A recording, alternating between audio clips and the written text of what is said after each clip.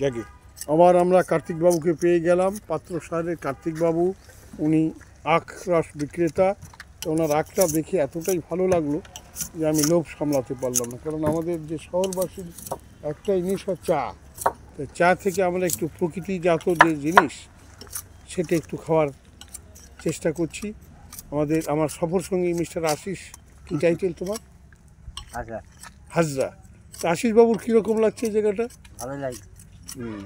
পাত্র শহর সত্যি ভালো জায়গা। আমরা এখন একটা যাব হচ্ছে মৃত্যুঞ্জয় শিব মন্দির নাকি একটা আছে, ওইখানটায় যাব। আমাদের দাদার কাছ থেকে একটু আখের রস খাবো। বেশ উনি আখ কেটে পরিষ্কার পরিচ্ছন্ন করে দেবেন। বসে ওনার 50 টাকা দিয়ে একটা পুরো আখ কিনে নেওয়া হলো।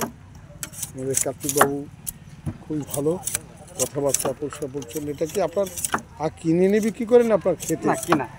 আচ্ছা, ভালো থাকুন কার্তিকবাবু। আর যারা এই পাত্র শহরের এই ভিডিওটা দেখছেন, বেশ সুন্দর বটগাছ নিরিবিলি, এই সময় একটু বেশ গরমই বলা যায়, কারণ প্রকৃতিও একটু অন্যরকম আছে। নিম্নচাপের একটা কারণে জন্যে একটু গরম হাওয়া শীতকাল এলে ভালো হয়, অর্থাৎ পুজোর পরে সময়টা এলে বেশ খুবই ভালো। আর এখন ট্রেন চলছে, বিভিন্নভাবে আসা যায়। হাওড়া থেকে আপনি রূপসী বাংলা ধরে আসতে পারেন, আরণ্যক এক্সপ্রেস ধরে আসতে পারেন। আর আমরা যে আবিষ্কার করলাম মশাগ্রাম থেকে, আমি ইন্দাস থেকে কয়েকদিন আগেই গেছিলাম মশাগ্রাম, সেই কারণে এই রাস্তাটাকে আবার একটু আবিষ্কার করার জন্য চলে এলাম। যদি এই ভিডিওটি ভালো লাগে, যারা দেখছেন ভিউয়ার্স, তাদেরকে সবাইকে ভালোবাসা নমস্কার জানিয়ে এবং একটু শেয়ার করে দেবেন।